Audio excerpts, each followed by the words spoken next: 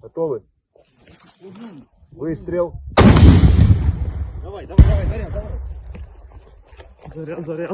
Заряд, быстрее. Hingga saat ini, serangan Rusia ke Ukraina masih terus berlanjut. Banyak yang bertanya bagaimana perang akan berakhir. Berikut sejumlah skenario yang mungkin bisa terjadi.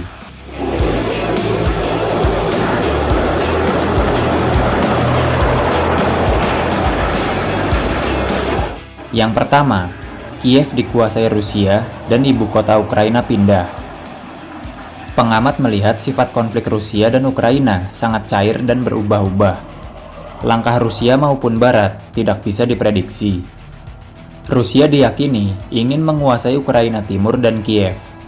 Rusia diklaim ingin membuat pemerintahan pro-Rusia di ibu kota Ukraina. Disebutkan bisa saja perang berakhir dengan kondisi Kiev dikuasai Rusia. Nantinya Ukraina sendiri akan memerintah dari Lviv yang dekat Polandia. Skenario dasar bagi Rusia dalam 3 bulan ke depan adalah bagaimana mendapatkan kontrol yang tidak merata atas Ukraina Timur untuk merebut ibu kota Kiev setelah pengepungan yang berlarut-larut dan mendirikan pemerintahan yang pro-Rusia.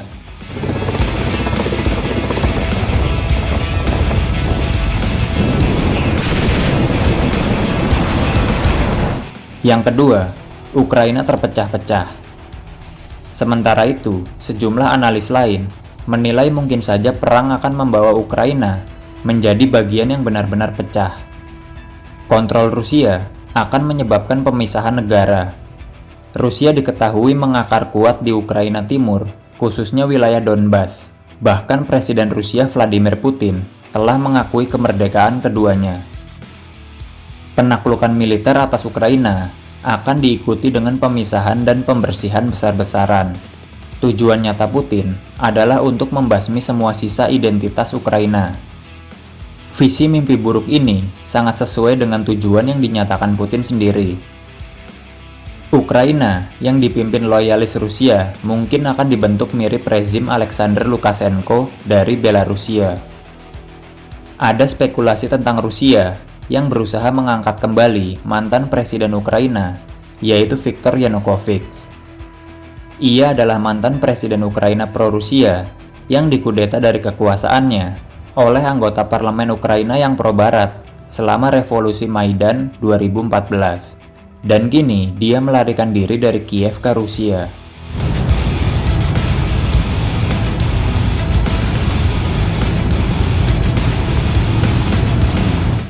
Yang ketiga, Rusia menang tapi terdapat beberapa kendala.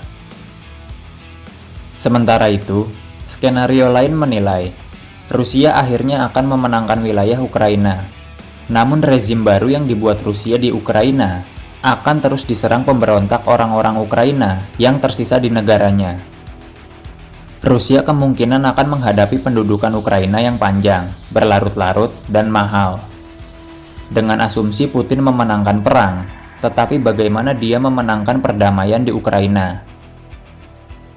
Ukraina telah memiliki 30 tahun kebebasan yang mereka nikmati, dan bagaimana cara Putin dapat memutar waktu kembali ke 1991 saat runtuhnya Uni Soviet. Ini bukan tahun 1945, 1956, atau 1968, di mana pasukan Soviet memaksa warga sipil untuk tunduk, mengingat ini adalah tahun 2022. NATO sendiri kemungkinan akan memberikan bantuan pertahanan rahasia untuk perlawanan Ukraina.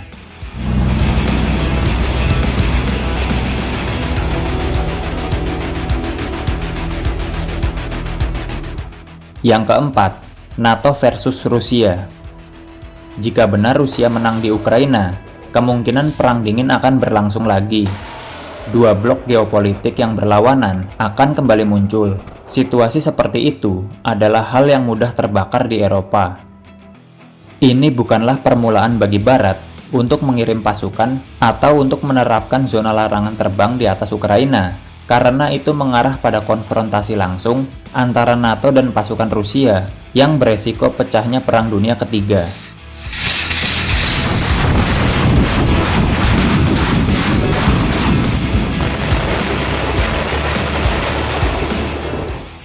Yang kelima, keajaiban di mana pasukan Rusia mundur.